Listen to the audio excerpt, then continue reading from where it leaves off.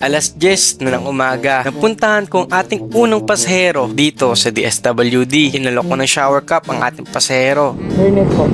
Wag na po. At hindi na daw, helmet na lang. Itinuro ko na sa kabila na lang sumakay si ma'am dahil hindi siya sanay nang naka-side stand. Kaya pinatayo ko na lang ito. Okay na po kayo, ma'am?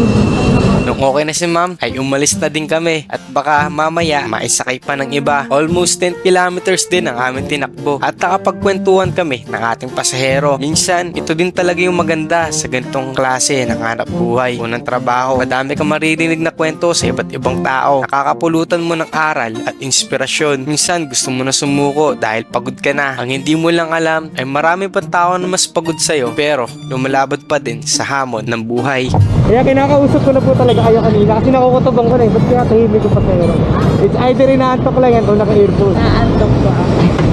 Oo, isa po sa vlog. Okay. Ma'am, okay lang sama kita sa vlog ko? Okay lang ba? Nakwento ko lang yung buhay ko bilang ganito eh. Salamat po. Di nga kinalaunan ay pinasukan na din naman tayo ng sumunod na pasahero. Itong booking na to ay papunta ng Nova kung saan ito ay madalas na kinakaayawan ng mga biker. At dahil alam niyo naman yung reason kung bakit. Dahil nabanggit na din naman natin ito sa mga nakaraan nating upload na video. At alam niyo na yon. Dilim ng panahon, makukulan pa ata. Bad trip. Pero wag naman sana. Ay, punin nila. Gusto mo ma'am, hernet? Muna po kayo maayos. Alam mo, magpupati eh. Kakalabas ko lang eh. Kabiyahin ko lang po. Pagbaba nga ng pasahero ko ay nabanggit ko sa kanya na kasama siya sa ating vlog. Pinakita ko sa kanya yung page ko dahil hindi siya pumayag at ayaw ng ating pasahero. Bilang privacy niya kaya binlurred na lang natin ito. Ano mo yung sige, okay lang. Upload ko na lang po. Okay, sige. Salamat po. Sige po, thank you po. Sige, salamat. Okay, sige, salamat po. Upload ko na lang po. Thank you, ma'am. Salamat. Buti na lang at di kami gaano na traffic ng ating pasahero at hindi kami inabutan ng ulan doon sa Trinoma. Pasado 11:00 nang napainom na muna ako ng buko juice dito sa Ledgi bago ako pumunta sa ating pangatlong pasahero. Punta ko nga dito ay nakareceive ako ng message sa ating pasahero na paantay na lang daw na saglit. Kaya ayun, tamang scroll muna tayo dito. Papunta nga ng Nova itong booking natin at tingin ko tulala na naman ang kakalabasan natin ito. Kala ko sir, maliligo pa lang kayo.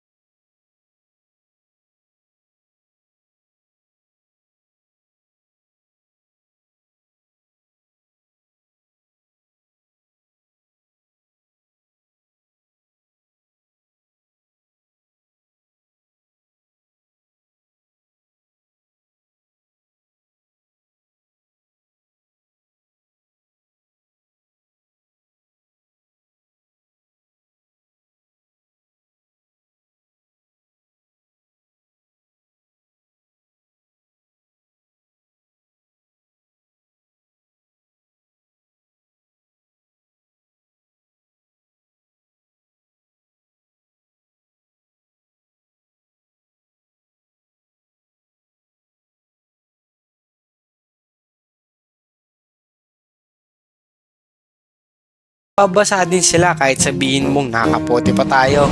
Ingat.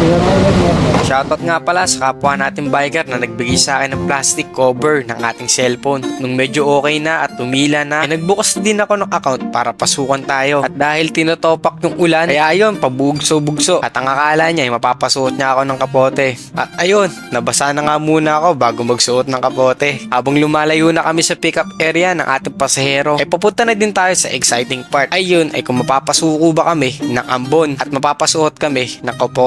Dahil basa na din naman ako, kaya okay lang. Shoutout nga pala sa pasahero natin dahil hindi siya masailan kahit naambunan na kami at natalsikan na din kami ng mga iba pang sasakyan. At hanggang dito na lang tong video na to. Alam ko nabiting kayo pero i-upload ko din ang kadugtong nito. Maraming salamat at kung nakaabot kayo sa video na to ay maraming salamat. Kita-kits sa mga susunod nating biyahe. Hanggang dito na lang. Hanggang sa muli. Paalam!